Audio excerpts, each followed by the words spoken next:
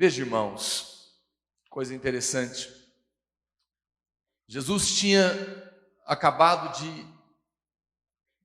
de passar por uma situação de muito poder, de muita glória. Ele havia terminado recentemente de ressuscitar um morto no seu ministério, de 4 dias. Será que consegue tirar esse zumbido aqui? O que ontem não tinha, hoje tem, né? Sabe o que é minha vez? Muita água aqui, põe aqui embaixo. Isso é impressionante. E ele estava sendo aclamado, era um momento talvez de glória, era um momento ali onde as pessoas estavam querendo levantá-lo como rei. E Jesus se levanta para fazer uma declaração como essa. Ele estava diante ali dos seus discípulos, que talvez estavam pensando, é agora que ele vai tomar o poder, que todos estão aclamando a ele. Mas diante dos seus discípulos estava acontecendo uma inversão de esperanças. Porque na verdade ele estava declarando a sua morte. Mas o que eles não sabiam é que ali também estava para acontecer uma inversão, uma mudança de domínio. Até então, Satanás, o príncipe do mundo, estava governando a terra.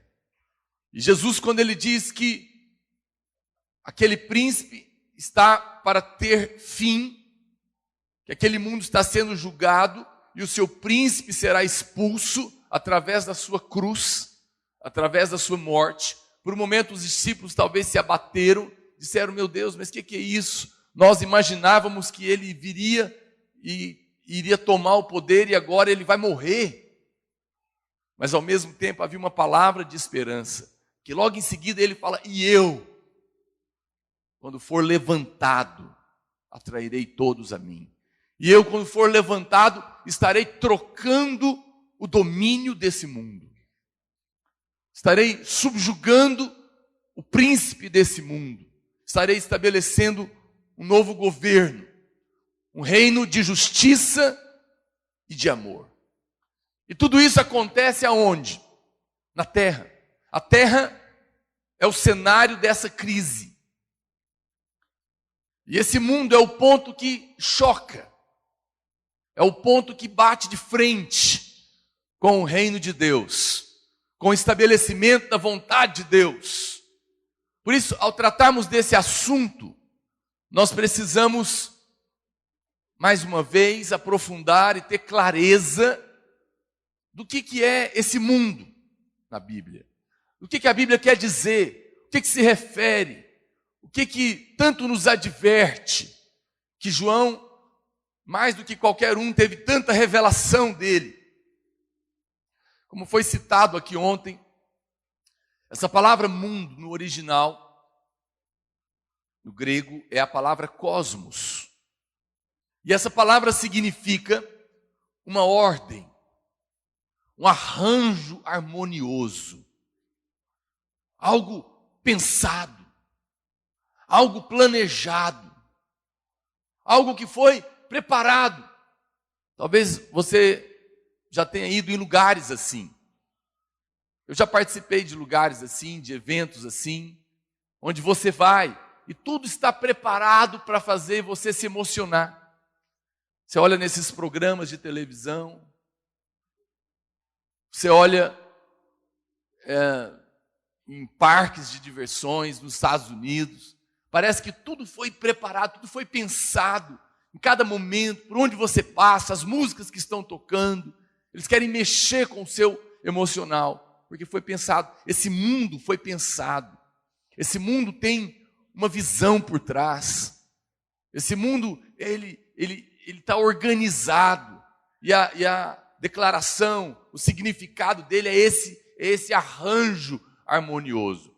Se você olhar na Bíblia, a Bíblia usa essa palavra em várias situações, mas cada uma delas tem um significado. Mundo na Bíblia pode ter o significado, em primeiro lugar, de universo material, como por exemplo lá em Atos, 17, 24, onde diz, ou seja, essa terra, né? O Deus que fez o mundo e tudo que nele existe. Então está falando da terra, material, físico. Ou também o mundo pode significar na Bíblia os habitantes do mundo, ou a raça de homens que está separada de Deus. Lá em João 1,10, a Bíblia fala, o verbo estava no mundo. O mundo foi feito por intermédio dele, mas o mundo, ou seja, as pessoas sem Deus, não o conheceram. Então ele está usando uma outra expressão. Mas também essa palavra pode ser usada na Bíblia para assuntos mundanos.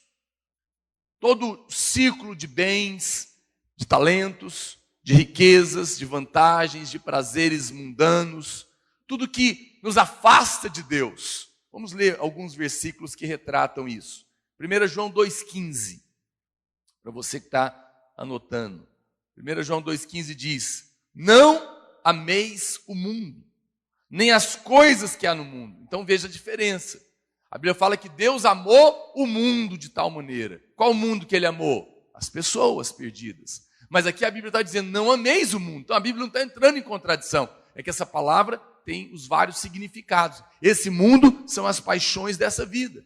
Não ameis o mundo, nem as coisas que há no mundo. Por quê? Porque se alguém amar o mundo, o amor do Pai não está nele. 1 João 3,17. Ora, aquele que possuir recursos deste mundo e vir a seu irmão padecer necessidade e fechar-lhe o seu coração, como pode permanecer nele o amor de Deus? E 1 João 2,16. A Bíblia diz, porque tudo que há no mundo, a concupiscência da carne, a concupiscência dos olhos e a soberba da vida, não procede do Pai, mas procede do mundo. Ora, o mundo passa, bem como a sua concupiscência. Aquele, porém, que faz a vontade de Deus, permanece eternamente. Bem, esses três conceitos a respeito do mundo, eles nos constroem um quadro, para você então entender, ok? Presta bem atenção, quero que você me acompanhe. De hoje até domingo nós vamos estar fazendo um estudo sobre esse assunto. A conferência, nesse aspecto, vai se tornar quase um seminário para você. Amém? Alguém diz amém pela palavra de Deus? Eu, honestamente, vou abrir meu coração. Para mim, a melhor reunião que tem é essa aqui. Essa da manhã. Aqui não tem cantor famoso. Tem cama quente lá, onde você largou. Né? Tem tantas coisas para você não estar aqui. Eu estou feliz de ter tanta gente aqui hoje de manhã. Isso mostra a sua fome pela palavra de Deus. É o momento que nós temos mais tempo para a palavra de Deus. E pode ser que alguém fica pensando assim, ai meu Deus, mas o fulano tinha que estar aqui. À medida que nós formos falando, você vai ficar pensando nisso. Não, sabe o que eu fico vendo? Deus só dá o melhor para quem tem fome. Tudo bem, tem gente que não podia estar aqui. Né? Não, pastor, eu entendo, é que ele não pode, ele até queria, mas ele não poderia. Talvez ele não poderia, porque talvez ele está internado na UTI, talvez ele esteja com a mãe dele no velório. Aí, de fato, ele não pode. Porque escola, trabalho e algumas coisas por um dia, eu acho que quem quiser, talvez, é bem possível que consiga pagar um preço por isso. Eu conheço irmãos que por causa de uma reunião, ele paga o colega dele de trabalho para ficar no lugar dele. E às vezes é muito mais caro que a inscrição, que outros choram por ela. Não é incrível isso? Isso demonstra a fome. Então eu louvo a Deus porque você está aqui, né? E de alguma maneira você está pagando o preço, e Deus quer falar com você mesmo. O vencedor, né, ele tem que ser motivado, ele tem que ser todo o tempo renovado. Então veja, preste atenção, que eu quero que você entenda, então, que há um quadro montado, há um mundo criado por Deus, há um mundo que são as pessoas perdidas, e há um mundo que são as paixões dessa vida, ou que são as coisas que regem toda essa vida. O que eu quero dizer nessa manhã? Por trás daquilo que é intangível, daquilo que nós podemos ver, existe um mundo planejado. Existe um mundo harmonioso, um sistema que está coordenando todas as coisas. Quando você vê lá, quando você liga o seu computador, você vê lá aquelas telas bonitas, não é? Aquelas janelas legais de mexer no PowerPoint, no Word, no Excel, não é? No CorelDRAW. Então você olha tudo aquilo, é muito legal, mas por trás, para que aquilo funcione, para que cada tecla que você clicar ali possa te levar a um caminho, existe um sistema que foi projetado. Existe um sistema que está controlando. Quem está me entendendo? O mundo, segundo a palavra de Deus que nós queremos abordar aqui nessa manhã, ele é isso. Ele é um sistema muito bem organizado. Ele é um sistema muito bem planejado. Ele está todo armado para pegar você e eu. A partir de hoje, eu tenho certeza que nunca mais você vai andar de uma maneira descuidada.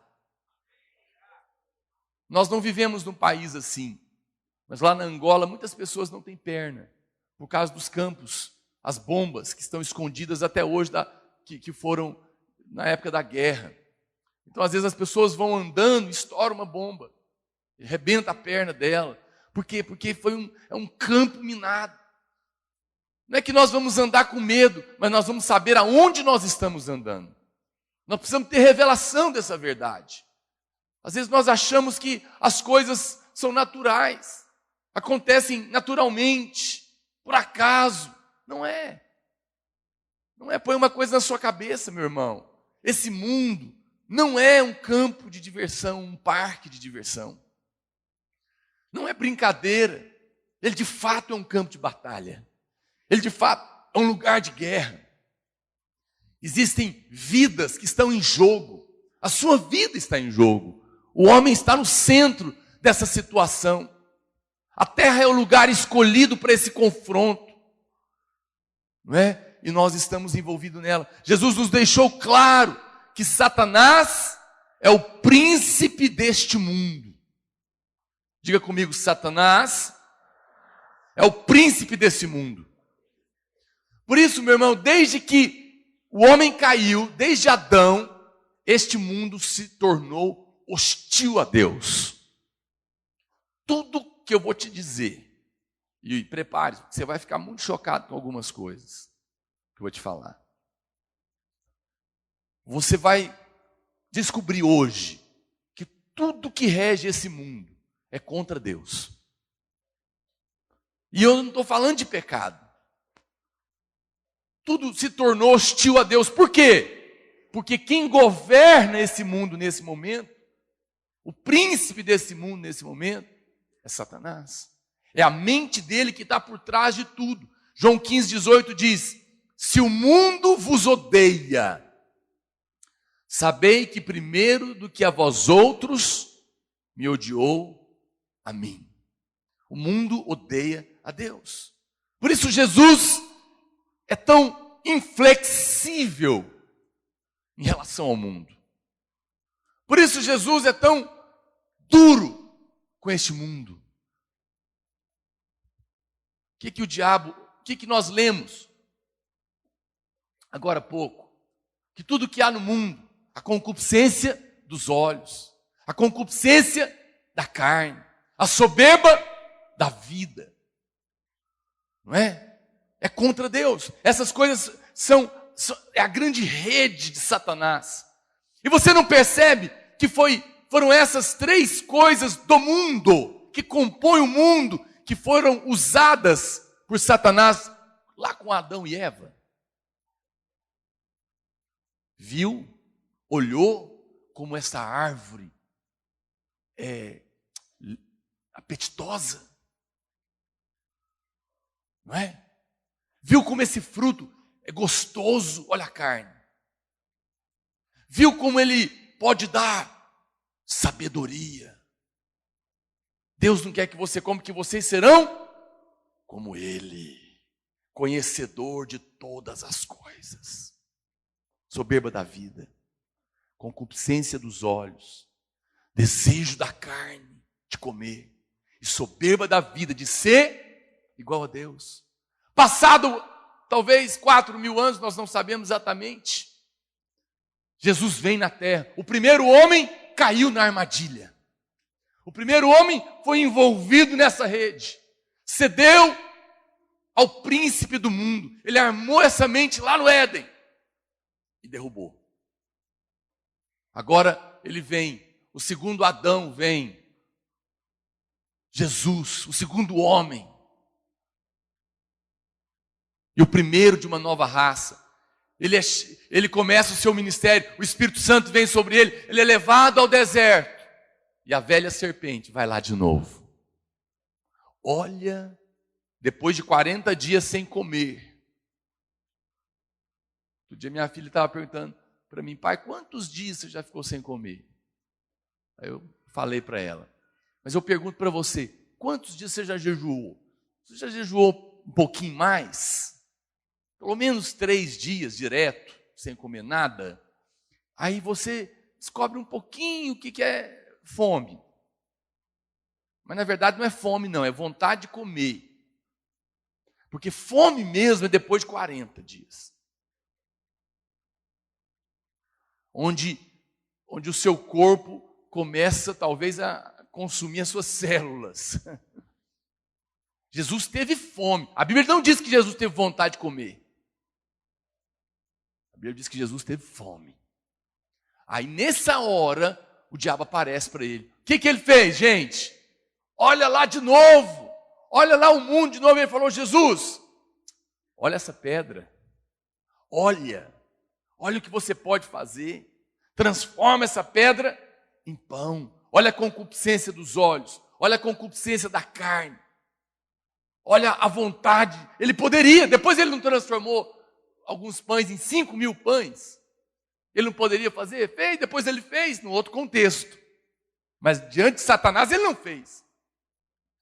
Depois o diabo leva ele e mostra todos os reinos do mundo. E diz o quê? Se você prostrado me adorar, eu te darei todos os reinos, porque foram me dados. Olha a soberba da vida. Você acha que isso mexeu com Jesus, sim ou não? Quem acha que sim? Quem acha que não? Quem não acha nada? A maioria, né? Ah, irmãos, mexeu. A Bíblia diz que ele foi tentado. Ele foi tentado. Mas ele teve que dar respostas. Satanás repetiu com ele o que ele fez com Adão e Eva. Ele não muda e ele repete todos os dias com você. Olha essa oportunidade, olha essa situação, olha o prazer que isso vai te dar, olha os aplausos que isso vai trazer para você. O esquema dele está montado, por isso Jesus foi tão duro com ele. Por que quando Pedro chegou para ele e falou o quê? Não, Senhor, isso não vai te acontecer.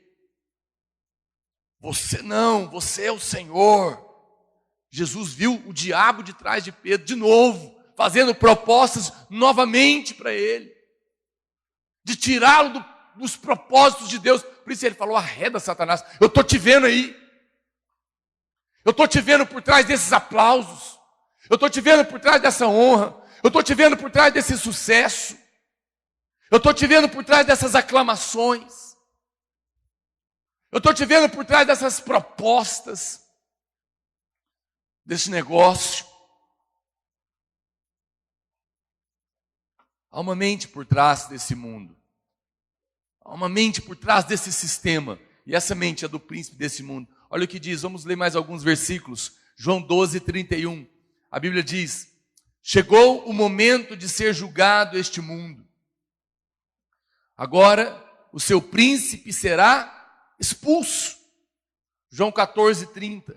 Já não falarei muito convosco, porque aí vem o príncipe do mundo, e ele nada tem em mim. Ele nada tem em mim. O diabo não achou espaço em Jesus. Não podia trabalhar na vida de Jesus.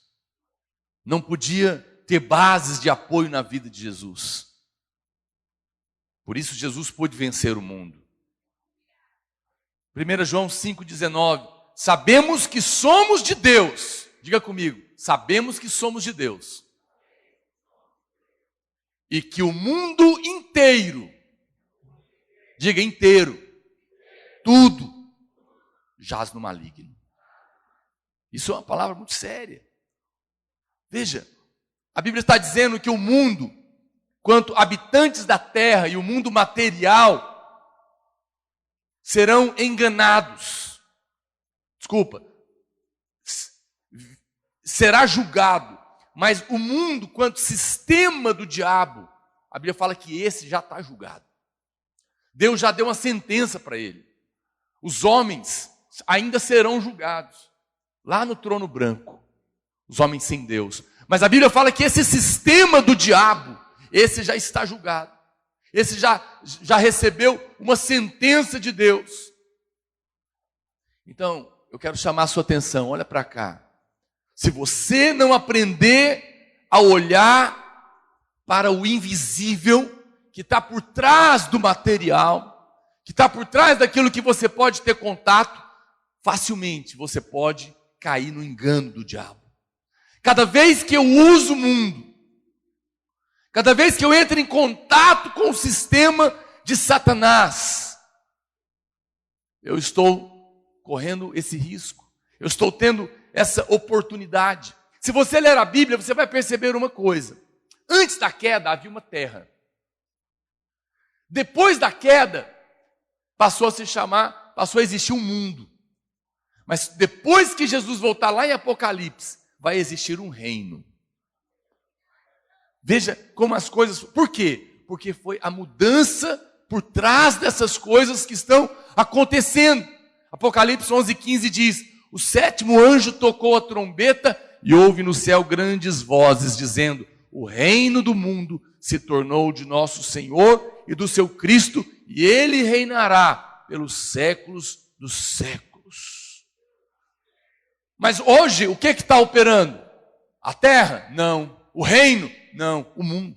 É o mundo que nós temos contato. Pastor, qual é esse mundo? Onde ele está? Ele está na política, ele está na educação. Lá na faculdade, então, nem se fala. Lá deve ser, assim, a casa preferida. Quem está lá sabe, quem está entrando, prepare-se.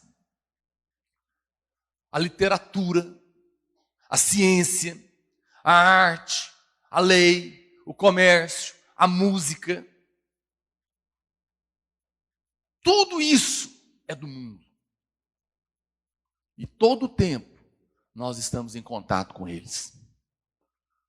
Talvez você esteja pensando, misericórdia, como é que eu faço? Vou virar ET? Vou sair daqui? Jesus orou o quê? Não peço que você tire ele do mundo, mas que os livre do mal. Mas o fato é que tudo isso é mundo. E que direção que vai esse progresso? Ele vai para construir o reino do diabo. Olha o que a Bíblia diz em 1 João 2,18 em diante. 1 João 2,18. Filhinhos, já é a última hora, e como ouviste que vem o anticristo, também agora muitos anticristos têm surgido, pelo que conhecemos que é a última hora. Eles saíram de nosso meio, entretanto, não eram dos nossos, porque se tivessem sido dos nossos, teriam permanecido conosco. Todavia eles se foram, para que ficasse manifesto que nenhum deles é dos nossos. E vós possuís unção que vem do Senhor, e todos tendes conhecimento. Não vos escrevi, porque não saibais a verdade, antes porque a sabeis, e porque mentira alguma jamais procede da verdade. Quem é o mentiroso? Senão aquele que nega que Jesus é o Cristo.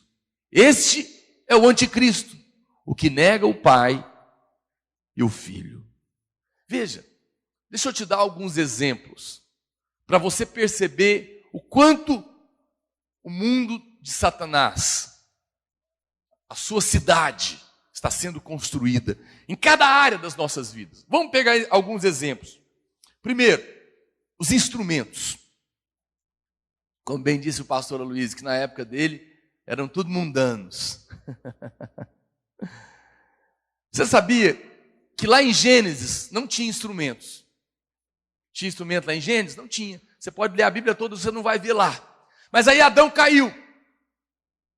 Quem foi que inventou os instrumentos?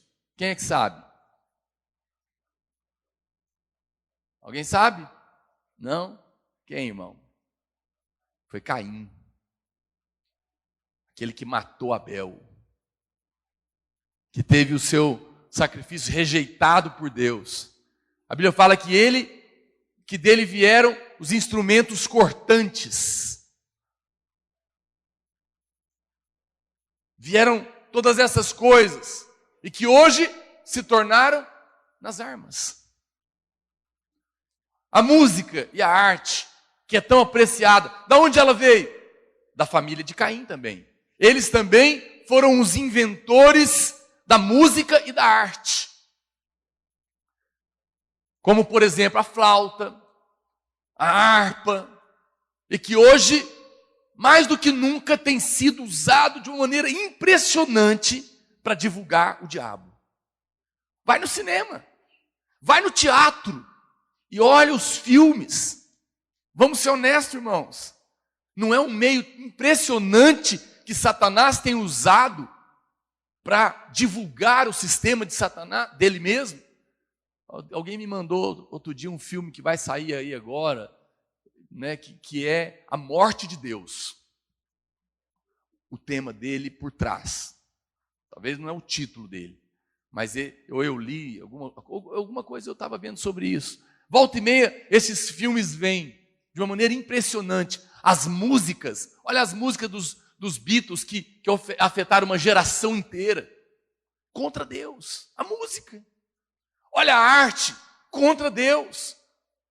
Olha, você vai no teatro, você vai no cinema, você vai lá onde alguém está fazendo algum tipo de arte. Olha o quanto a arte virou idolatria. Olha as estátuas, olha as imagens, olha os quadros. Tudo para edificar o reino de Satanás. Tudo isso é mundo. Preste atenção. Vamos ver mais? Olha os negócios. Será que os negócios são do diabo? Satanás foi o primeiro negociador. Ele negociou com Eva. Olha o que a Bíblia diz lá em Ezequiel 28, 5, referindo-se ao diabo. Coloca lá para mim, irmão. 5. Deixa eu ver se é esse. Isso. Pela extensão da tua sabedoria, no teu comércio, aumentaste as tuas riquezas, e por causa delas se eleva o teu coração. O comércio é uma das grandes engrenagens do diabo. O comprar e o vender. Nunca teve tão forte a globalização, as fronteiras comerciais, o petróleo, as bolsas de valores, os países emergentes, a prosperidade. Tudo isso hoje é muito forte. E sabe qual é o jovem mais mundano que existe? É o que escolhe a profissão que está dando mais dinheiro. Qual o vestibular que você vai prestar? É para quê? Qual curso que você escolheu? Eu dei uma pesquisada e o que está dando é esse curso. Pois é, você é mundano. Você não está sendo governado pelo Espírito Santo. Eu não quero saber qual é que está dando, eu quero saber qual o Espírito Santo planejou para a minha vida antes da fundação do mundo. Nós não fazemos testes de QI. Nós fazemos testes do Espírito, não é? Nós oramos. Nós não fazemos teste de aptidão. Nós temos um Senhor na nossa vida. Amém, irmãos? Você vai fazer o que Deus mandou você fazer. Você não vai fazer o que dá dinheiro. Porque nós não somos escravos de mamão. Mas o comércio está na base desse mundo. E a educação? Será que a educação também é do diabo? O que os irmãos acham? Eita!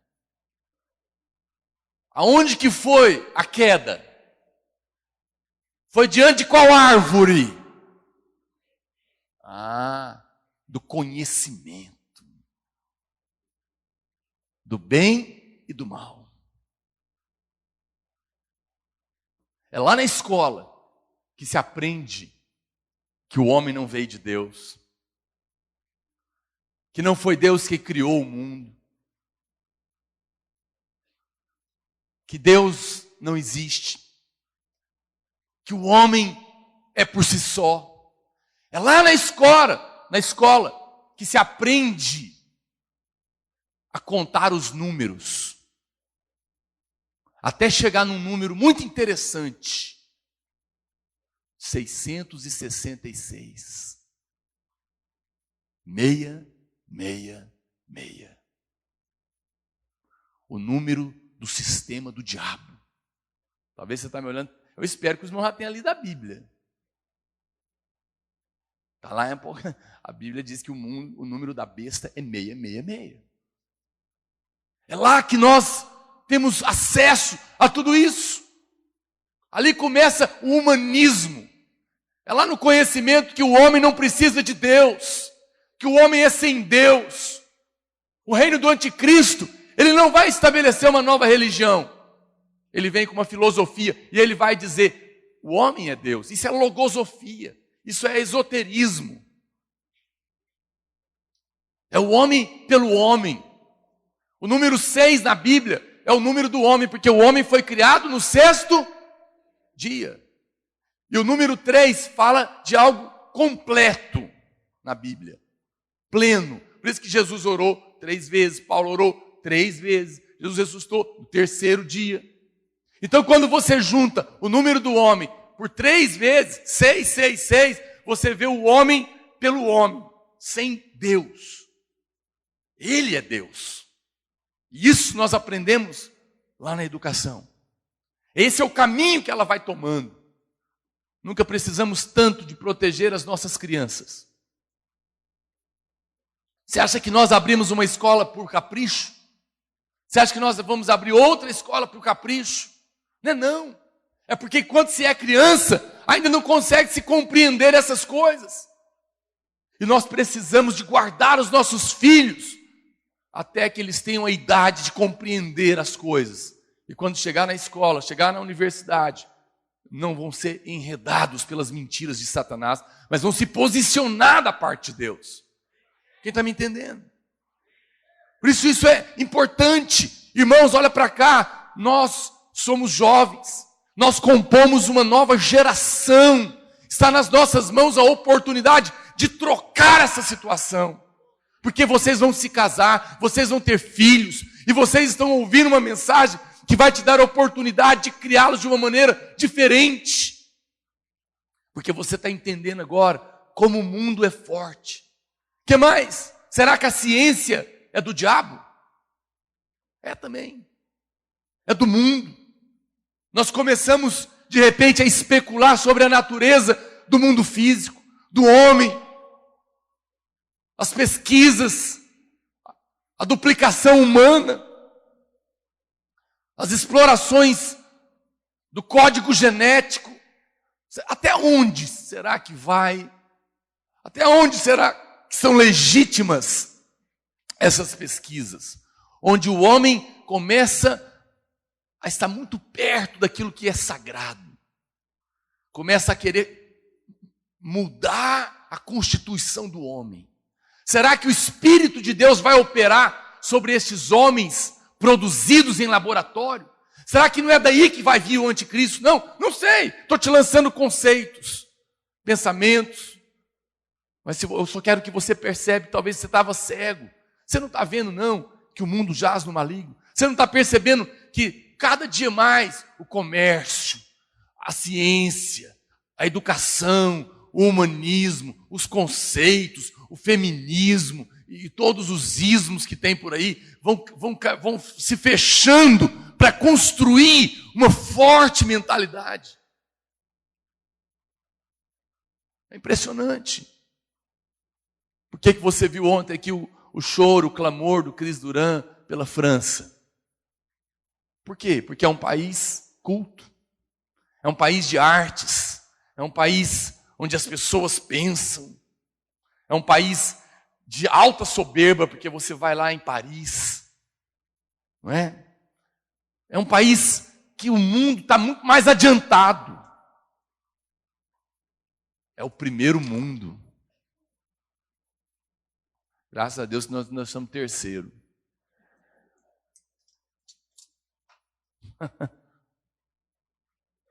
Mas não se iluda, vai se tornar primeiro.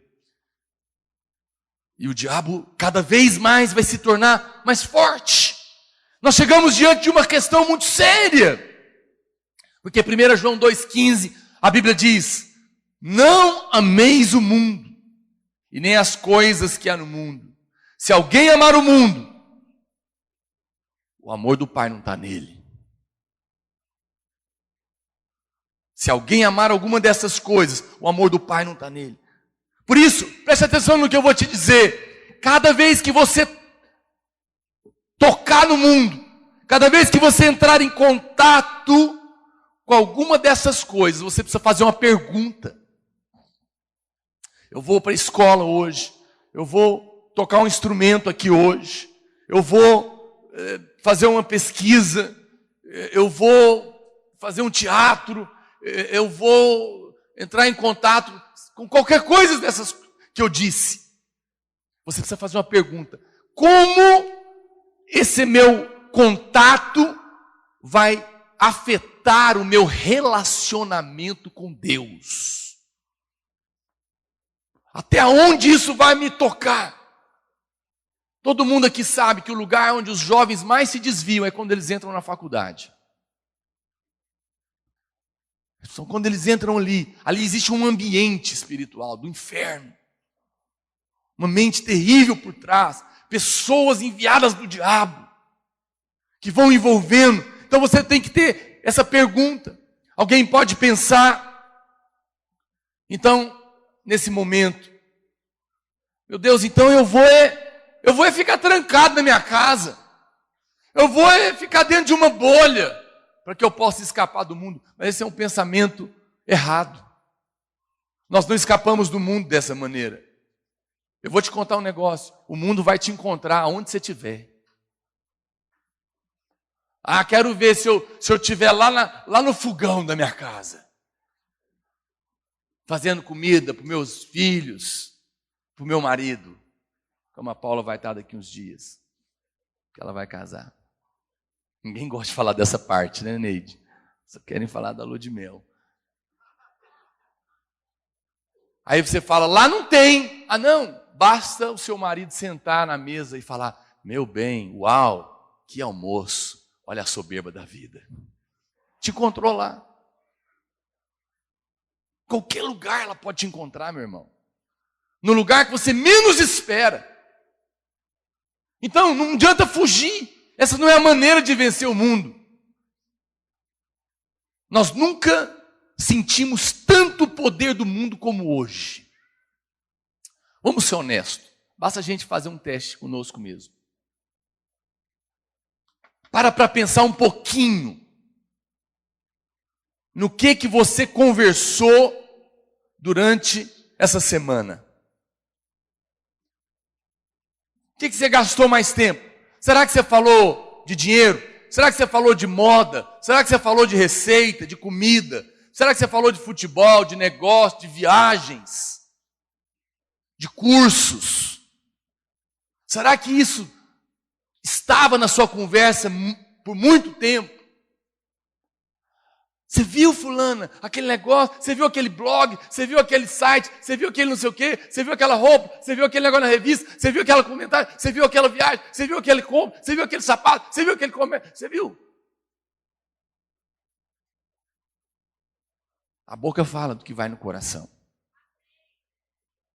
Seja honesto. Se você hoje tiver uma postura honesta, começa uma libertação. Mas se você apenas dizer não, eu não. Não é comigo. Deus não vai falar com você. Mas você vai perceber o quanto o mundo está enraizado na nossa vida. Jamais precisamos tanto da revelação da cruz de Cristo para sermos livres do mundo como nos dias de hoje. Há um fato que não pode ser negado.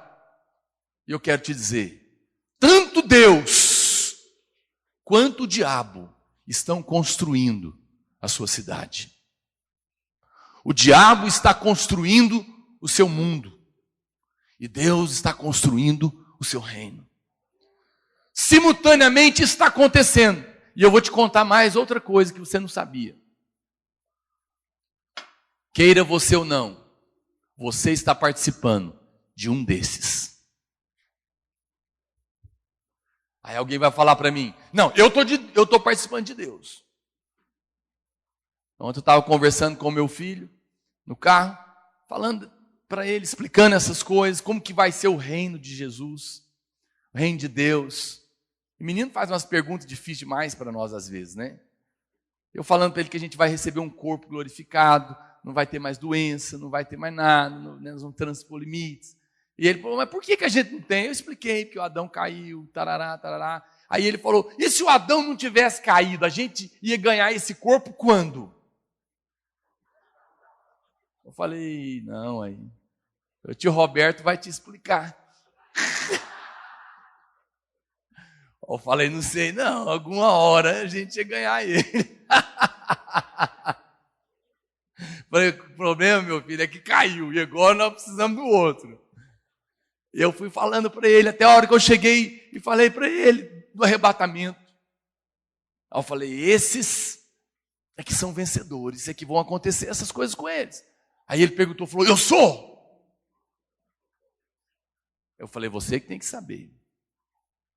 Eu só posso saber de mim. Mas como é que é? Quem é? Aí eu coloquei para ele. E ele ficou pensativo. Falei, esse é o vencedor. Mas o vencedor, ele está edificando um desses reinos. Agora eu quero te contar uma coisa muito séria. Lá em Mateus, Jesus disse o seguinte. Não podeis. É uma afirmação. Não é que poderia. Não é que seria assim. Não tem jeito. Diga assim, não tem jeito. Diga, não tem jeito. Impossível.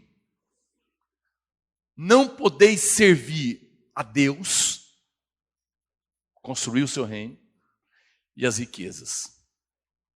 E a Mamon, ao mundo de Mamon. Não tem jeito. Ou você está edificando um, ou você está edificando o outro. Não tem jeito. Não tem meio termo. Eu estava compartilhando com os pastores aqui ontem. Todo materialismo é ateu. Todo materialismo é ateu. Por quê?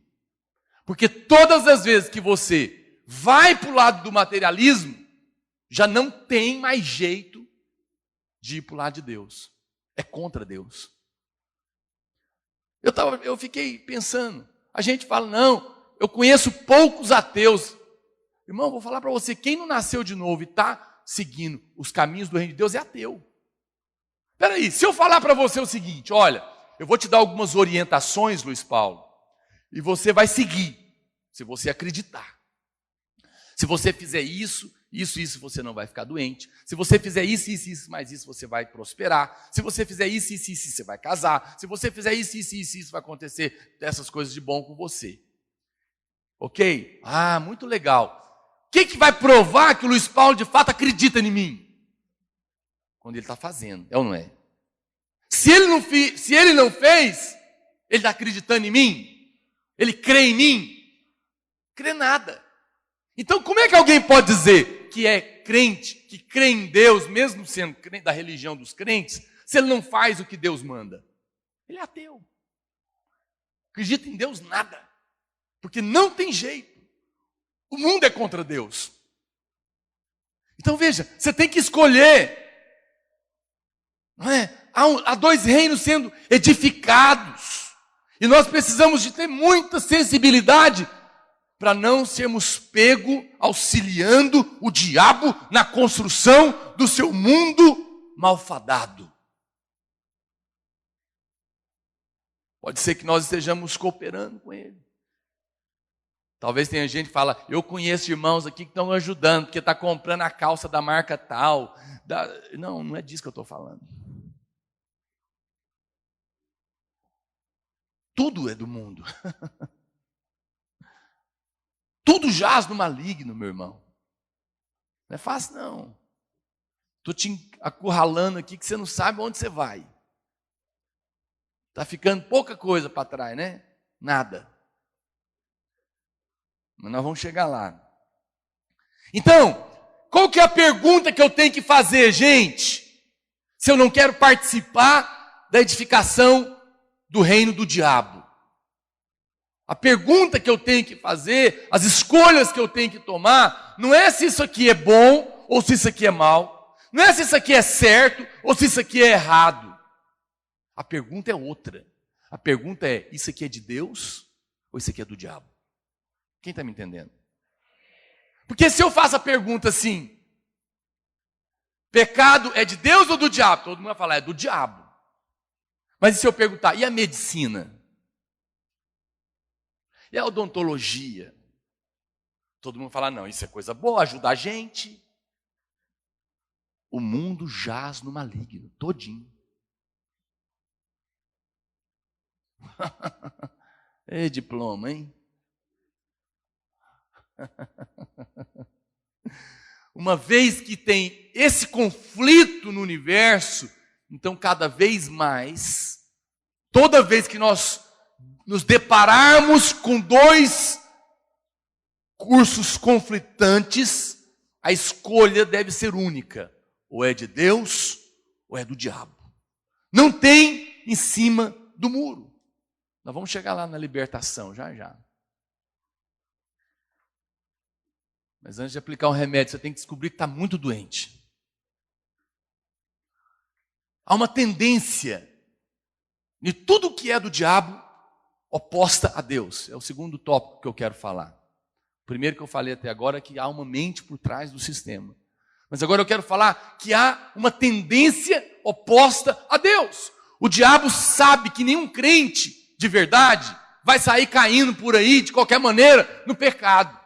Ele sabe que, como o pastor Luiz aqui disse, quando a gente fala do pecado, todo mundo sabe, sim ou não? Não, esse negócio é pecado, vigia, irmão, sai daí, irmão, cuidado, irmão, é ou não é? É assim, nós não temos, muitos irmãos caem, mas cai porque quer, porque está vendo. Mas quando nós pensamos no mundo, nós achamos que ele está relacionado apenas a essas coisas. Que o pastor Luiz falou, acha que está relacionado a um lugar, a uma coisa, a um ambiente, ao pecado. E o diabo sabe que nesse campo é mais difícil. Ele sabe que é no mundo que nós podemos ser enganados. A Bíblia diz, 1 João 5,19, sabemos que somos de Deus e que o mundo inteiro jaz no maligno. Então, junto com o diabo, a ciência, a educação, a cultura, a arte, tudo foi condenado. Todo o mundo dele foi condenado. Não só o diabo foi condenado, mas tudo que compõe o seu sistema também foi condenado. Por isso é que eu digo, mas quando a gente fala de coisas legítimas, então a nossa atitude é outra, a nossa reação é diferente. Parece que nós perdemos o senso de valor quando nós vamos falar de medicina, quando nós vamos falar de ciência, quando nós vamos falar de educação. Aí, como o pastor disse ontem também, aí todo mundo aplaude, aí não, aí também não, aí é legal, aí é de Deus. A gente se embaraça todo. E é aí que começa a entrar aquilo que aparentemente é legítimo, roubar o lugar de Deus na sua vida. É na hora que você tem que deixar de vir servir a Deus, é na hora que você tem que deixar de vir congregar no culto, para ir nas escolas hoje que tem aula de segunda a segunda, inclusive domingo na hora do culto. E essa é a que é a boa, é ou não é, gente? E vira tudo escravo do diabo lá na educação. Mas é legítimo. Quem vai condenar você? Coitado desse menino, estuda igual um doido. Coitado do meu paizinho, trabalha demais para sustentar essa casa. Escravo de mamon. Escravo. Percebe? Mas nessa hora, parece que a gente perde o senso de valor. Mas pasme, quando você entrou em contato com qualquer uma dessas coisas, ou com qualquer trabalho, você entrou em contato com o diabo, porque o mundo inteiro jaz no maligno. Você entra em contato com ele todo dia. Todo dia. O mundo, ele segue independente da ação de Deus. Ele naturalmente vai dar nisso. As coisas de Deus precisam ser sempre mantidas. Sempre tem que ter intervenção, porque caso contrário, tudo vai caminhar para o diabo. Porque o mundo inteiro jaz no maligno. Por isso, se nós queremos manter as coisas em Deus, elas precisam ser, toda hora tem que ter uma intervenção.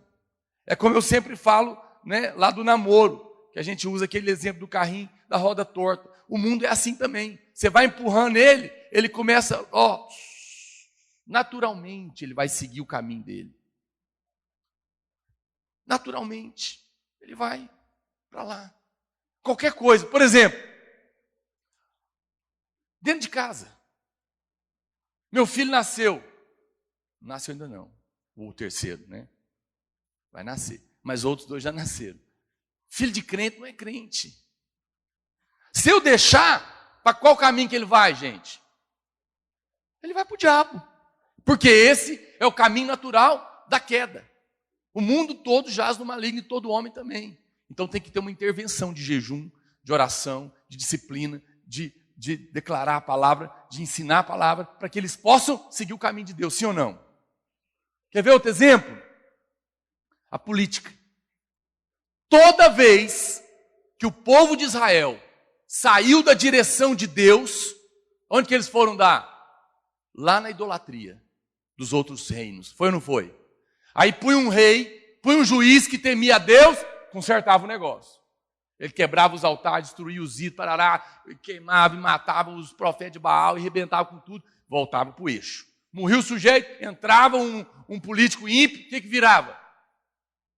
Naturalmente seguia o caminho do diabo. Quer ver mais? O comércio.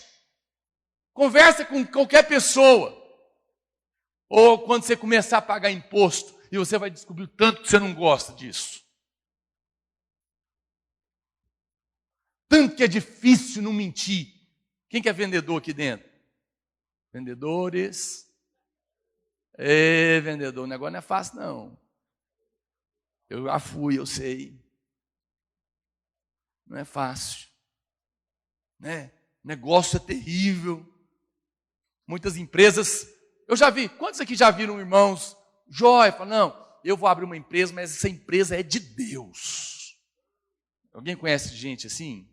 É de Deus. E é verdade, o coração dele é para Deus, ele quer contribuir para Deus. E ele começa indo bem. Mas ele vai ganhando dinheiro, e ele vira igual aquele irmão, Mário, que nasceram duas vaquinhas, uma branca e uma preta. E ele falou para a mulher dele, amor, isso aqui é de Deus, nós vamos consagrar uma para o Senhor. E quando elas crescerem, nós vamos matar ela e vamos dar o dinheiro para a obra de Deus.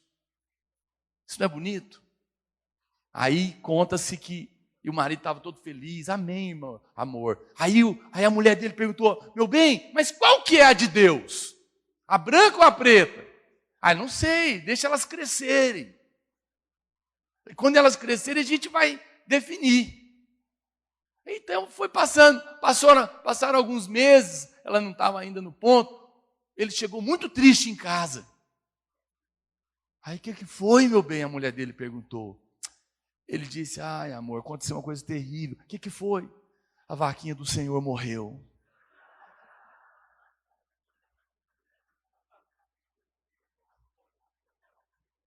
Aí ele falou, ué, mas você disse que não sabia qual era. Não, mas dentro de mim eu já tinha decidido. Já percebeu que é sempre a vaquinha do Senhor que morre? Quando as contas apertam? É sempre o dízimo que é tirado? É sempre a oferta que é removida? É sempre a contribuição lá para a rádio que é deixada? Ou qualquer coisa, qualquer propósito que você fez? Você fez um propósito, apertou as contas, a vaquinha do Senhor morre. Por quê? Porque o mundo jaz no maligno. E qualquer coisa sem a intervenção definida do homem, ela vai seguir um caminho para Deus. Olha a agricultura. Ei, e agora? Fala, peraí, onde você vai achar mundo aí? No arroz, no feijão. Depois da queda, a Bíblia diz que o homem iria comer do suor do seu trabalho. E a terra ia produzir cardos e abrolhos. Deus trouxe um juízo, matou tudo. Sobrou só o Noezão. Com a família dele. E ele foi mexer com a agricultura. Falou, vou trabalhar com uva. Plantou um monte de pé de uva, irmã. Colheu. Lindo. Sabe o que aconteceu? Ficou bêbado.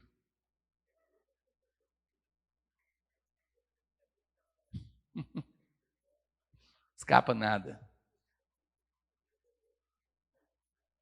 Quantos já viram? Quantas partes do mundo estão sofrendo desertificação por causa da agricultura? Desmata sem controle, taca veneno, polui os rios, e o trem vai virando um deserto. Percebe o curso natural das coisas? Você está me entendendo? Quem está percebendo? Estou querendo que você perceba as coisas. Percebe como que as coisas são impressionantes, como que tem um negócio acontecendo.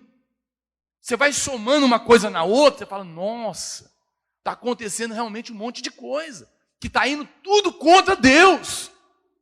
Está indo tudo contra Deus. E nós estamos envolvidos no meio disso. Como nós já falamos, a educação. Você fala, pastor, a educação é boa. Olha para Moisés e olha para Paulo. Eles eram homens instruídos. Moisés estudou na faculdade do Egito. E Paulo estudou aos pés de Gamaliel. E agora? Agora você achou bom, né? Mas o Moisés, quando saiu da faculdade, achou que estava pronto. A Bíblia fala que ele era muito bom para falar. Mas Deus só chamou ele quando ele era gago.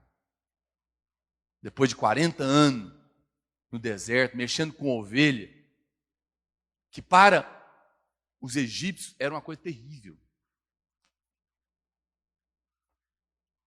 Ele teve que desaprender. E a sabedoria dele veio de Deus. E Paulo coloca a educação que ele tinha no tudo considero como refúgio para ganhar a Cristo.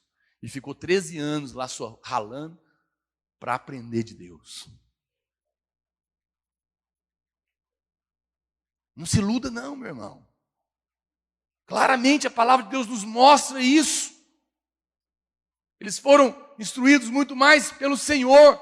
Vamos ser honestos. Quantas faculdades começaram, faculdades cristãs, estabelecidas por homens de Deus, definiram que iriam ensinar os seus jovens os valores do Senhor, e começaram muito bem, e conseguiram realmente ensinar, junto com todas as coisas, valores de Deus, ser bênção. Mas eles morreram, a outra geração assumiu, e a Mackenzie foi para outro lugar. Por quê? Porque tira Deus de qualquer coisa e ela tomará o seu caminho natural do mundo. Vai para lá. Vai cooperar para a edificação do diabo. Muitas igrejas começaram hospitais para evangelizar quem estava doente, mas depois virou comércio. Depois virou só ação social. Por quê? Porque tirou Deus do centro. E por último, olha as profissões. Se você é médico, se você é fazendeiro, se você é engenheiro, se você é dentista, preste atenção. Tudo isso é mundo. E é mundo do mesmo jeito que um lugar de prostituição, viu? Tudo jaz no maligno. Uma coisa está mais escandalizada que a outra. E alguns irmãos mais que outros aqui hoje. Mas o mundo inteiro jaz no maligno. Então não é uma... não, pastor, então eu tenho que parar de trabalhar. Não! Não é uma questão de você abandonar a sua profissão. Mas de você agora seguir com prudência. Porque você sabe que é um território do inimigo de Deus. Não, a medicina não pode ser do diabo. Alguém aqui conhece um médico cético? Todo mundo, meu filho. Tem crente, mas tem muito mais que não é. Os caras estão vendo a criação de Deus, mas negam, porque eles são tão inteligentes. Não é? Veja, qualquer coisa, diga comigo, qualquer coisa, diga mais alto, como vencedor, qualquer coisa, sem Deus, seguirá o seu caminho natural para Satanás. Pastor, como é que eu fico livre disso? Só a misericórdia, irmã. Eu vou te ensinar. Terceiro ponto que eu quero compartilhar com você nessa manhã, que vai te ajudar a começar a entender a libertação disso. Marcos 16:15. A Bíblia diz que o nosso mundo deve estar sob as águas. Olha o que diz. E disse-lhes, ide por todo o mundo e pregai o evangelho a toda criatura. Quem crer e for batizado será salvo. Quem, porém, não crer, será condenado. Não, pastor, mas isso está falando da salvação do inferno. Você acha que, você acredita na regeneração batismal, é isso? Desceu aqui e nasce novo? Nós somos regenerados no momento que eu nasço de novo. Mas o batismo nos tira, na verdade, do mundo. O descer às águas está ligado nisso. A salvação de Deus é muito mais ampla do que nos tirar do inferno. Por quê? Porque a salvação de Deus inclui me tirar de um reino e me levar para outro reino. Me levar para outro lugar. Completamente distinto. No batismo, não só o velho homem tem que ficar lá, mas tem que ficar lá também a minha forma de pensar, a minha forma de ser, a minha forma de viver, os meus valores, tem que morrer. O problema é que muitos de nós não entendemos isso. A maioria dos irmãos batizaram como um mero ato religioso, que disseram para você que tem que fazer, você fez, mas você não entendeu a revelação e o significado disso. Mas hoje você tem que entender que no dia que você batizou, o velho homem ficou lá, mas junto com ele, ficou a mente dele também, ficaram os valores dele também, ficaram os pensamentos dele também, ficaram as atitudes dele também, ficaram os apegos dele também. Quem está me entendendo? A Bíblia fala claramente isso. 1 Pedro 3,20 diz, os quais, noutro tempo, foram desobedientes, quando a longanimidade de Deus aguardava nos dias de Noé, enquanto se preparava a arca, no qual poucos, a saber, 8 pessoas, foram salvos através da água. Diga, através da água. Deixa eu te dizer, o mesmo dilúvio que salvou Noé e a sua família, também afogou o mundo deles. Mas qual que é o problema? A mesma água que nos salva nem sempre tem afogado o nosso mundo. Eu acho que a gente tem que explicar melhor isso para quem vai se batizar, sabe? Irmão, você está consciente de que ao batizar, você está deixando para trás não só uma velha vida, mas também o velho mundo. Você está disposto a entender que você tem que abrir mão de tudo isso. Porque você está percebendo. Irmãos, honestamente, olha para cá. você iria trabalhar voluntariamente, ou se dedicar, ou mesmo pagando para você, numa casa de macumba? Por quê? Vai pagar bem lá. Não, vamos melhorar esse negócio. 5 mil por mês. Vai não? 10. 30. Mais gasolina, celular, plano de saúde. Plano de aposentadoria. Odontologia. Expande para a família. 13º, 14º salário. Uma viagem para o exterior. Pós-graduação em macumba nos Estados Unidos. Não. Por que você não vai?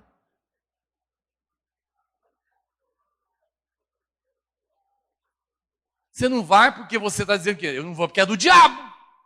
É ou não é?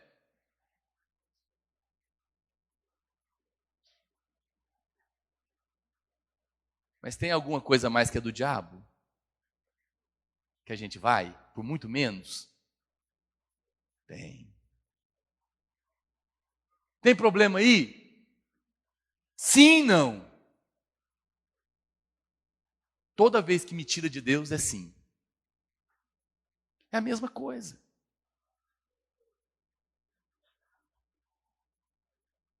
Eu só troquei o nome. É igual biquíni para sutiã e calcinha. Tudo é lycra.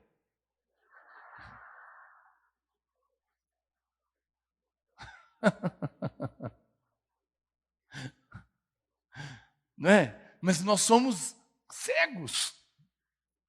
Nós servimos, às vezes eu fico, não é? Então você morre por causa de uma coisa que é do diabo, irmão. Do mesmo jeito. Você morre por causa da odontologia, morre por causa da medicina, mas não quer ser líder na casa de Deus. Eu louvo a Deus porque um dos maiores empresários da nossa igreja, na quarta-feira, ele me falou, ele me testemunhou. Ele é um grande empresário mesmo. Ele é convidado para ir dar palestra nas universidades, tamanho sucesso dele. Mas na quarta-feira, meio-dia, ele para de trabalhar. E ele falou para mim, eu não atendo ninguém. Ele falou, já veio aqui Maguito, já veio aqui o ex-governador Marconi, e todo mundo querendo vir falar, vieram sem avisar, vieram para falar comigo, marcaram. Eu falo, hoje eu não posso atender ninguém, eu tenho um compromisso com Deus. Ele para de trabalhar meio-dia, vai para a casa dele orar e preparar para liderar uma célula na casa dele. Acompanha, visita as pessoas, ele viaja, ele coordena, faz relatório. Por quê? Ele está trabalhando, mas ele não é escravo. Eu estava rindo dele, porque ele falou assim para mim. Eu falei, eu percebo que você não vive uma vida ansiosa, apesar de tantos negócios. Ele falou, porque eu não estou atrás de ficar rico. Eu ri dele. E na nossa cabeça ele é muito rico. Mas eu entendi depois. Ele é, mas ele não está atrás de ser. Quem está me entendendo? Ou seja, ele não está morrendo por aquilo. Por quê? Porque ele sabe que aquilo é do diabo. Aquilo não é a vida dele. É isso que eu quero que você entenda. Aquilo não é mais a razão dele. Olha, a medicina, a odontologia, fazendeiro, o que você quiser ser, pode ser. Mas não faça disso a sua vida, porque isso tudo jaz no maligno. Seja sem ser. Como diz Paulo em 1 Coríntios capítulo 7. Ou seja, seja, mas não faça disso o primeiro lugar na sua vida. O primeiro lugar é o reino de Deus. O primeiro lugar é o reino de Deus. Busque em primeiro lugar o seu reino e a sua justiça. E todas as outras coisas te serão acrescentadas. Mas por quê? Porque todas as outras coisas não são nada. E o pior, estão acrescentando ao diabo.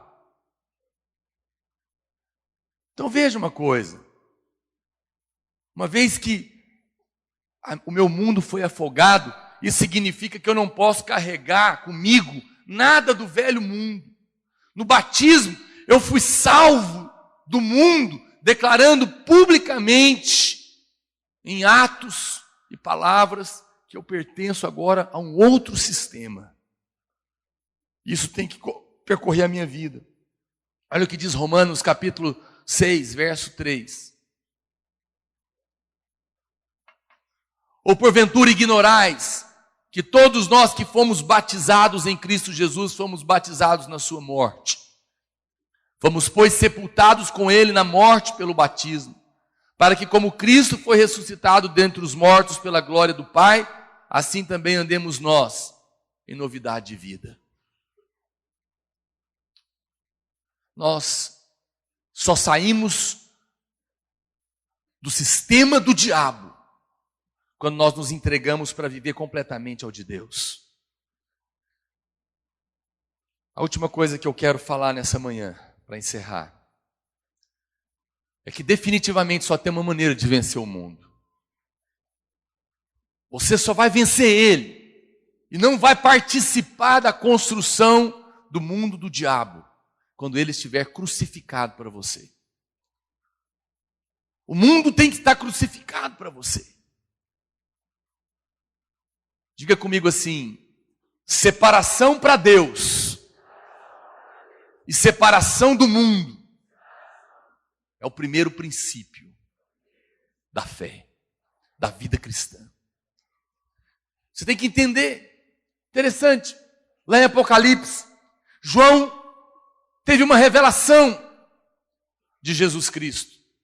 E ao ver as coisas que foram mostradas para ele, ele consegue ver dois mundos opostos. Abre a sua Bíblia aí em Apocalipse 16, verso 3. Pode ficar tranquilo que já nós vamos te dar um intervalo, tá? Estamos encerrando. Apocalipse 16, 3 diz. Está certo ali? Então minha referência está errada. Bom, então eu vou ler na minha, não é aquela. Ou a dele está errada. Transportou-me o anjo em espírito a um deserto e vi uma mulher montada numa besta escarlate. Besta repleta de nomes de blasfêmia, com 7 cabeças e 10 chifres. Achava-se a mulher vestida de púrpura e de escarlata, adornada de ouro, de pedras preciosas e de pérolas, tendo na mão um cálice de ouro transbordante de abominações e com as imundícias da sua prostituição. Na sua fronte achava-se escrito um nome, um mistério: Babilônia, a grande. Diga assim: Babilônia, a grande, a mãe das meretrizes e das abominações da terra. Essa foi a primeira coisa que João viu. E ele viu aonde? Onde que ele estava? Diga comigo: no deserto. Lá do deserto, João teve uma visão da Babilônia. A Babilônia é o mundo que Satanás está edificando. E João viu esse mundo. Por isso que João, mais do que nenhum apóstolo, teve tanta revelação a respeito do mundo. Ele vê Babilônia de lá. Mas olha um pouquinho para frente na Bíblia, em Apocalipse 21, 10. E me transportou em espírito até uma grande e elevada montanha. Até onde, gente? Onde que ele estava? No deserto. Para onde que ele foi levado? O que ele viu lá no deserto? Babilônia, vocês estão prestando atenção? Então onde é que ele estava? O que ele viu lá? Que é o reino do diabo. Agora ele foi levado para onde? Montinho? Baixinho? Alta e elevada montanha. Vamos ver o que ele vai ver lá? E me mostrou a grande cidade, a santa cidade. Quem que é Babilônia? A grande, a soberba cidade. Mas qual que é a cidade de Deus? A santa cidade. A santa cidade. Jerusalém, que descia do céu da parte de Deus. No deserto, o máximo que você pode ver é o mundo. Mas se você quer ver a cidade de Deus, você tem que subir, meu irmão. Você tem que sair do lugar raso. Você tem que sair de uma vidinha de jovem medíocre e aprender a trancar no quarto para buscar as coisas do alto. E ser levado por Deus do Espírito a ter revelação de que há uma outra cidade, de que há um outro reino, e que é somente nele que vale a pena trabalhar, porque o demais está condenado. Para que você vai investir sua vida? Para edificar uma cidade, um prédio, que logo depois de construído vai ser jogado no chão. Preste atenção. Tudo que constitui o mundo vai virar nada. Para que eu vou apostar minha vida nisso? Meu Deus, como é difícil de praticar isso. Como é bonito de se pregar. Mas como é difícil de acreditar e praticar. Mas são duas cidades que estavam aqui. Preste atenção, a Meretriz é sempre a grande cidade, com ênfase sempre nas grandiosidades, nas grandes realizações. Mas a Nova Jerusalém não, ela é a cidade santa. Ela é a cidade santa porque ela é separada para Deus. Separada para Deus. Santidade em nós é tudo aquilo que nós separamos para Cristo. E a Bíblia fala que ela desce do céu, porque só tem origem em Deus aquilo que volta para Deus. Só tem origem em Deus na minha vida aquilo que volta para Deus. Não é?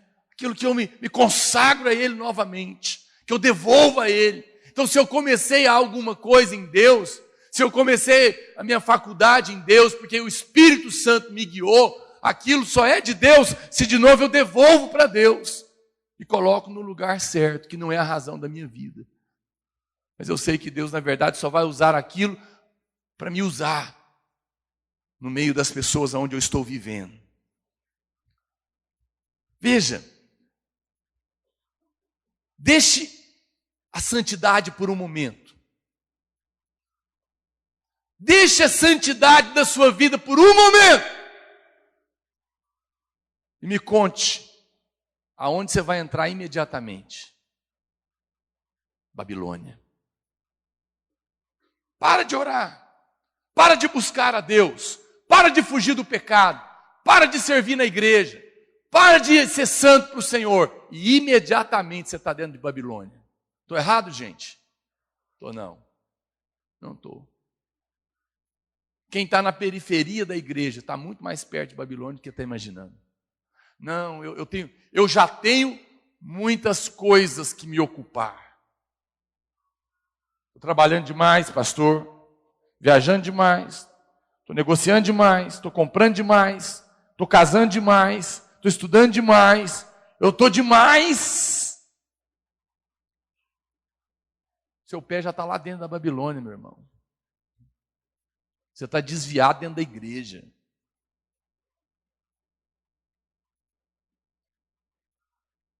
Só não tem tempo para viver para Deus quem está com o seu tempo ocupado para viver para o mundo.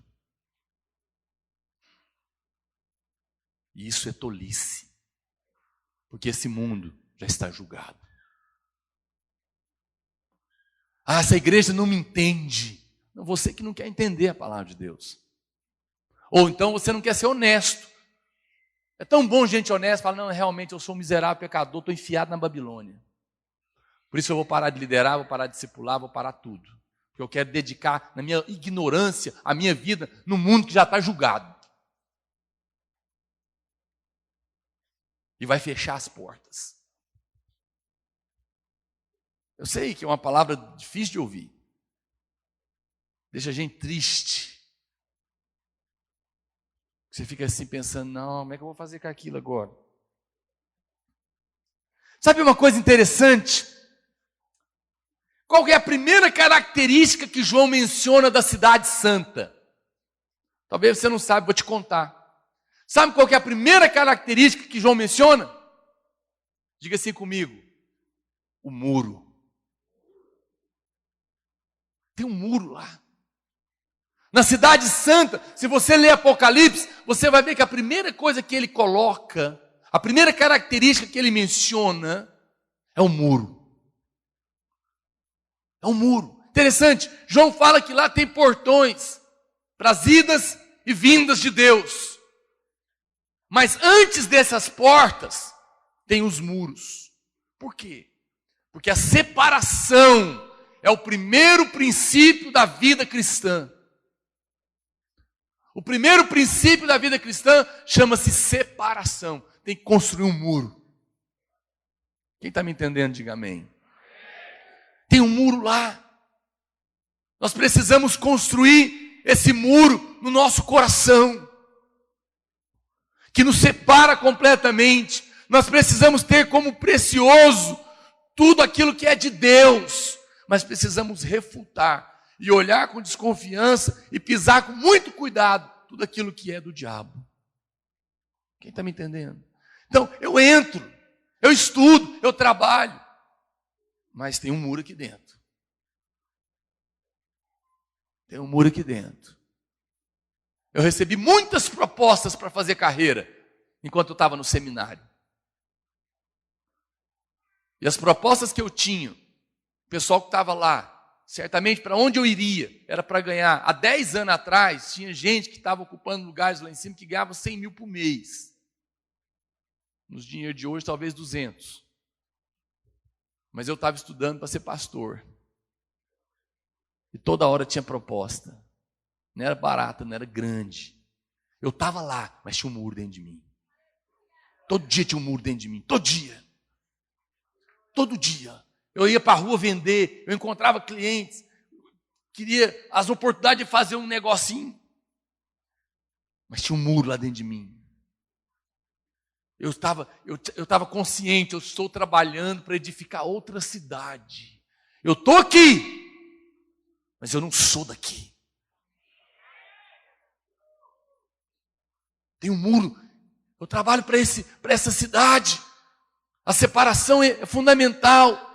Nós precisamos ter como preciso, não é precioso as coisas de Deus. Interessante, veja lá, Neemias. Neemias foi usado para reedificar a cidade, o templo, e foi indo muito bem. Mas sabe onde teve mais luta? Quem sabe? Na hora de fazer o muro. Foi ou não foi, gente? Se você ler a história de Neemias, ele voltou para restaurar a cidade. Ele construiu o templo, ele fez tudo e fluiu. O templo fala da glória de Deus. Ele fez, foi bênção. Mas quando Neemias foi construir o muro, o pau quebrou. O diabo odeia a separação. Porque ele perde toda a oportunidade de convencer. O diabo se levanta contra qualquer um que está construindo um muro. O que o faraó falou para Moisés? Vai sacrificar para Deus, mas não vai longe não, tá? Só que pertinho dentro do país mesmo. Essa foi a primeira proposta. Moisés falou, não, é caminho de 3 dias que nós temos que ir. Então não vai não. Vai, mas deixa os meninos. Não. Vai, mas deixa os cabritos. Também não. Não vou deixar nenhuma unha. Ou vai, todo mundo não vai. Por que o diabo estava negociando? Porque ele não podia perder o contato. Vira crente. Batiza, vai para a igreja. Mas dá sua vida aqui para a medicina. Dá sua vida aqui para a odontologia. Dá sua vida aqui para a agricultura. Tá bom? Faz disso a razão da sua vida. Não vai mexer com esse negócio de liderar, ser discipulador, envolver. Você é novo, menino. Você tem uma vida inteira pela frente. E o capeta precisa muito de você para edificar o reino dele. Você é jovem, você tem força, vocês são os melhores trabalhadores. Vocês vão ser os próximos líderes da nação. Escolha de que lado você vai ficar, irmão. Na prática. O muro isso acontecer. Satanás odeia a distinção. Ele não pode suportar homens separados para Deus. Qual foi o grande problema, meu irmão? Lá no Éden não tinha muro.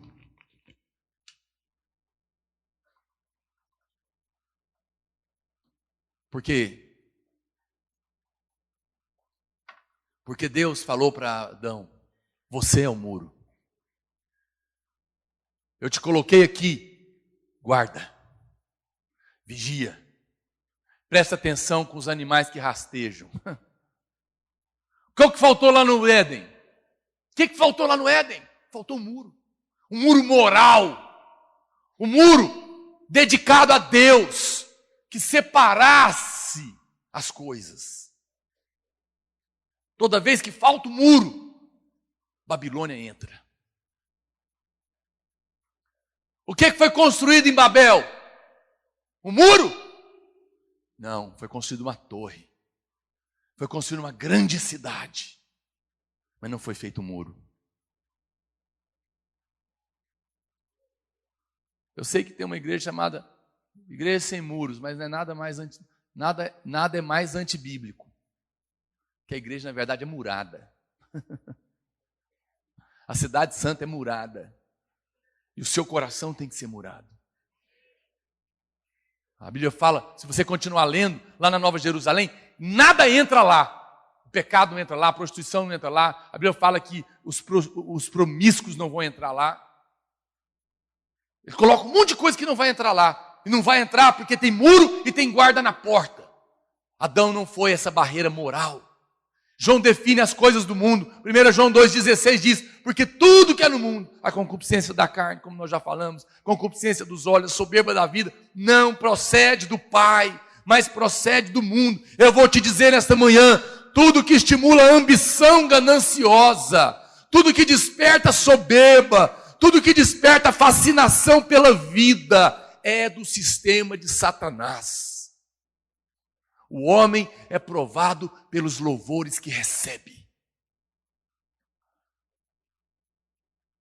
Tudo que desperta orgulho em nós é do mundo. Proeminência, riqueza, realização. Não é isso que o mundo aplaude, gente? Se você tem proeminência, se você tem riqueza, se você tem fama, o mundo vai te aplaudir. Esse cara é fera demais. Esse cara é bom demais.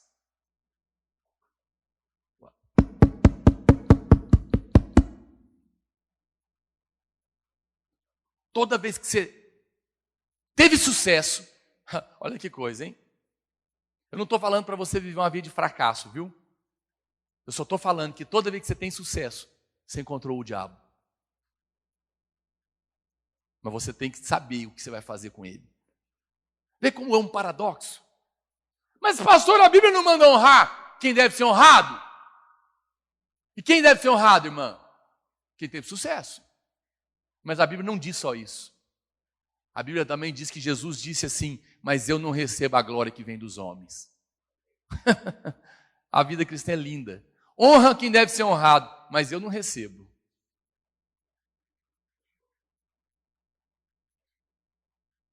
A minha função é honrar. A sua é de não receber. Por quê? Por que não pode receber? Porque toca no mundo.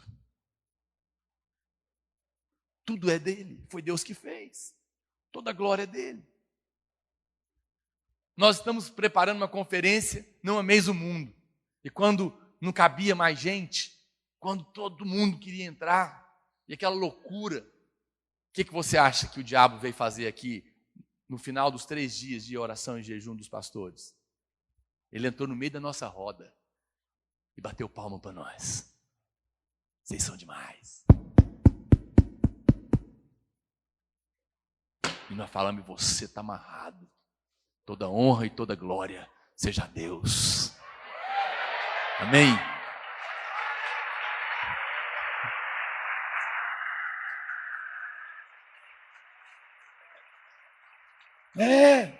É assim que funciona. Tudo que não é glória para Deus é vanglória para o homem. e é abraçar com o diabo. Todas as vezes que nós tocamos o orgulho, há uma perda. Presta atenção. Todas as vezes que eu toco no orgulho, há uma perda imediata da minha comunhão com Deus. Mas eu não escapo do mundo fugindo dele. E também não escapo do mundo seguindo regrinhas religiosas. Olha o que a Bíblia diz, Mateus 11:18. Pois veio João, que não comia nem bebia. O homem era monge. E diziam, tem demônio. Vem Jesus, que é o padrão, filho do homem, comendo e bebendo. E dizem, eis aí um glutão e bebedor de vinho, amigo de publicano e pecador. Percebe? Então, quem escapou? Fugir lá para o deserto, vou comer gafanhoto e mel, ou vou viver agora igual um doido, crente doido. Jovem maluco. Tinha uns doidos aqui um tempo atrás, os camaradas vinham para cá de saco de cinza. Vestiu de saco, certo? Sério, veio um irmão aqui para o culto, ele vinha de saco. Tadinho. Ele está achando que é isso que escapa ele do mundo. O João fez isso, e eles falam, tem demônio. Não escapou coisa nenhuma. Aí o outro vem e fala, não, eu vou para a festa, eu sou Jesus, hein, o padrão. Eu vou para a festa com os irmãos, vou comer, vou beber. Fala, e aí? Também é do mundo. Escapou, então? É isso que escapa? Não. Olha o que a Bíblia diz. Colossenses 2:20. Se morremos com Cristo para os rudimentos do mundo, porque, como se vivesseis no mundo, vos sujeitais a ordenanças. Não manuseis isso, não prova aquilo, não toca aquilo outro.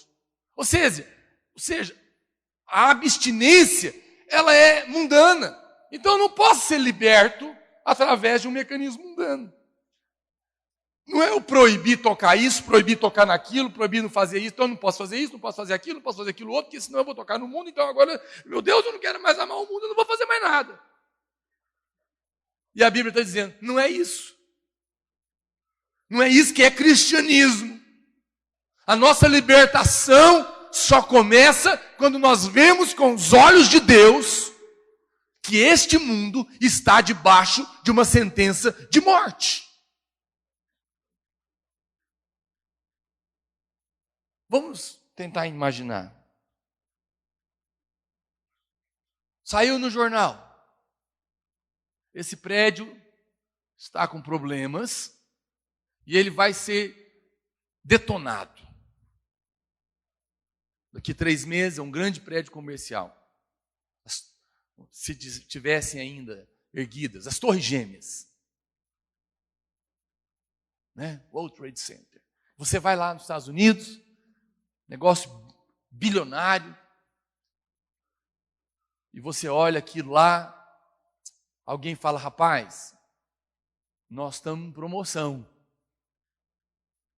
Nós estamos vendendo sala aqui por R$1.000, você quer? Você já sabe, vai cair daqui 3 meses, que vai detonar. Você ia comprar? Mas é só 1.000, gente. Compra. Você está trabalhando lá, ok? Você já tinha uma sala lá. Você vai reformar? Não vai cair isso, não. Eles vão derrubar. Quando for derrubar, vai te avisar, você vai tirar suas coisas. Mas já está marcado o prazo. Você vai ficar lá ainda. Mas você vai gastar dinheiro lá? Você vai reformar lá? Eu já morei em casa assim, eu vou mudar mesmo, que eu vou comprar cortina para cá. Eu vou mudar mesmo, as mulheres sabem dessa história. Nós vamos mudar mesmo, amor, para que não pintar esse negócio? Faz sentido? Igual tem uns homens que falam assim, para que não vamos arrumar essa cama? Nós vamos dormir de noite mesmo. E menino cascão diz assim, para que tomar banho? Nós vamos ficar sujo amanhã.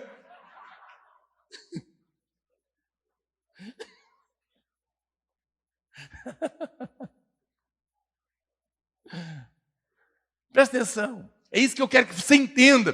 Se você tem a consciência que aquilo ali não vai valer, não vai virar nada, você vai estar lá, mas você não vai se envolver nada naquilo.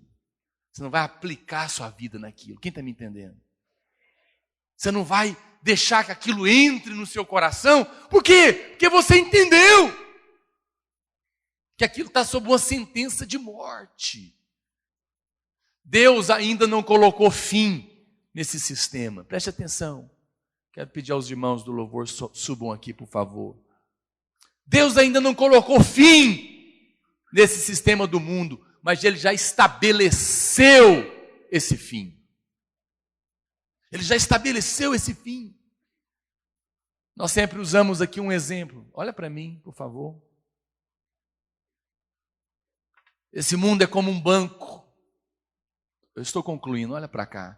Esse mundo é como um banco condenado a fechar. Já está julgado, já está sentenciado. Ninguém em sã consciência vai colocar dinheiro num banco onde o Banco Central decretou que dentro de 6 meses vai fechar. Sim ou não? Não vai. É um fato. Nós continuamos a viver no mundo, continuamos a usar as coisas do mundo, mas não construímos nada para o futuro nesse mundo. Quem está me entendendo? Eu continuo estudando, pastor. Eu continuo trabalhando. Eu continuo fazendo o que eu tenho que fazer. Mas eu não construo nada para o futuro nele, porque eu sei que ele não vale a pena. Não adianta eu tentar escapar do mundo, fugindo dele. Você quer saber se você ama o mundo? É só você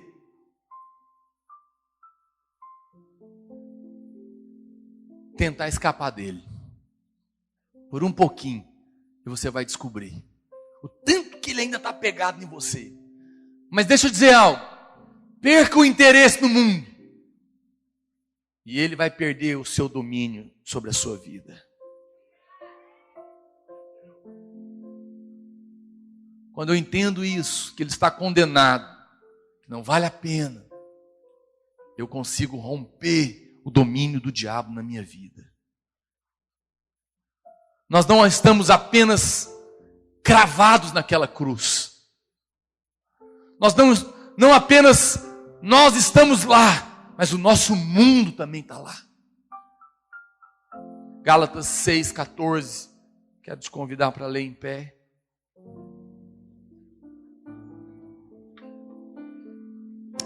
Sem conversa.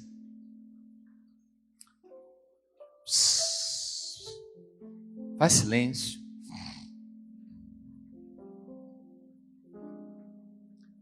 Gálatas capítulo 6, verso 14. A Bíblia diz: mas longe de mim gloriar-me, senão na cruz do nosso Senhor Jesus Cristo, pela qual o mundo está crucificado para mim e eu para ele. Eu não posso escapar do julgamento da cruz. E o mundo também não pode. Eu não tenho que tentar rejeitar, apenas tenho que entender que a cruz rejeitou o mundo. Eu não tenho que escapar de um mundo que me prende. Eu apenas tenho que crer que pela cruz eu já escapei. Eu não preciso de estar lá. Preste atenção. Tendo um princípio. Separação física. Diga comigo, separação física não significa separação espiritual. Mas também o envolvimento físico não tem que ser envolvimento espiritual. Então, eu não preciso de parar de trabalhar. Eu não precisa deixar de ser médico, advogado, professor. Apenas escreva na sua profissão, no seu trabalho, em tudo que tem ali em relação com o mundo. Apenas escreva bem grande lá: está condenado. Vai fechar. Põe uma placa no seu carro: está condenado. Põe uma placa em cima da carta do seu diploma: está condenado. Põe uma placa lá na sua casa: está condenada. Não vai ficar pedra sobre pedra. Por que você está morrendo por isso? Por que você está dando sua vida nisso? Está condenado.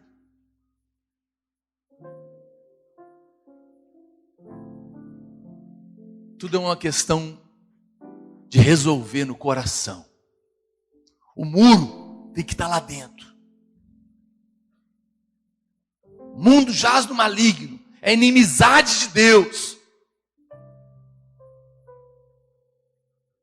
Mas no meio desse mundo que está em julgamento, que é hostil contra Deus, se você tiver essa revelação, você vai saber como é viver como alguém que é verdadeiramente liberto, que ama a Deus, que teme a Deus. Irmãos, o que nos tem feito sofrer? Por que nós somos uma geração com tanta depressão? Por que nós somos uma geração com tanta ansiedade? Porque nós somos uma geração que loucamente temos sido levados pela corrente do comprar, do vender, do ter sucesso, de ganhar dinheiro. Eu tenho que provar que eu sou bom, eu tenho que provar, por isso eu tenho que passar no vestibular, por isso eu tenho que arrumar um emprego, por isso eu tenho que ganhar dinheiro, porque senão eu não vou ter prazer na vida, porque senão eu não vou ser nada na vida, porque senão não vão me aplaudir. Então eu não consigo, eu fico ansioso, eu fico em depressão. Porque eu não encontro valor em mim, porque para mim valor é que o mundo aplauda as minhas grandes realizações, as minhas grandes conquistas lá fora. Isso vira uma opressão na cabeça de cada um. Mas tire o valor disso e você será o homem mais liberto que tem.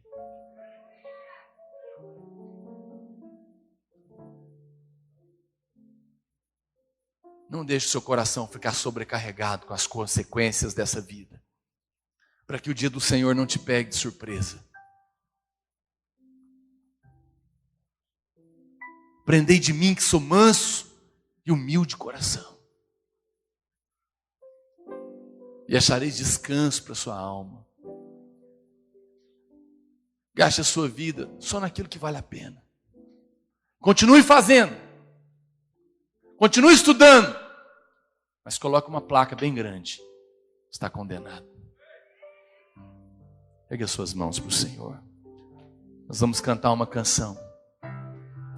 Enquanto nós cantamos, quero te dar oportunidade, se você quiser vir à frente, ou se ajoelhar na sua cadeira, ou ficar como você achar melhor. Se você quer hoje renunciar a tudo aquilo que vinha te prendendo, que você entendeu por revelação de que não vale a pena, e você hoje quer entregar nas mãos do Senhor, você hoje quer dizer: Deus, eu não quero mais viver para esse mundo, eu vou trabalhar lá, eu vou estudar lá, mas hoje eu vou fazer com outra consciência. Eu sei que não vale a pena. Eu quero construir um muro no meu coração hoje, para que nada disso venha tomar o meu coração. Eu quero que o meu coração esteja protegido. Eu não quero cooperar com o diabo. Eu quero cooperar para a construção da cidade santa. Se esse é o seu desejo, você pode vir, venha se ajoelhar, venha se consagrar ao Senhor, venha construir esse muro no seu coração, enquanto nós cantamos uma canção.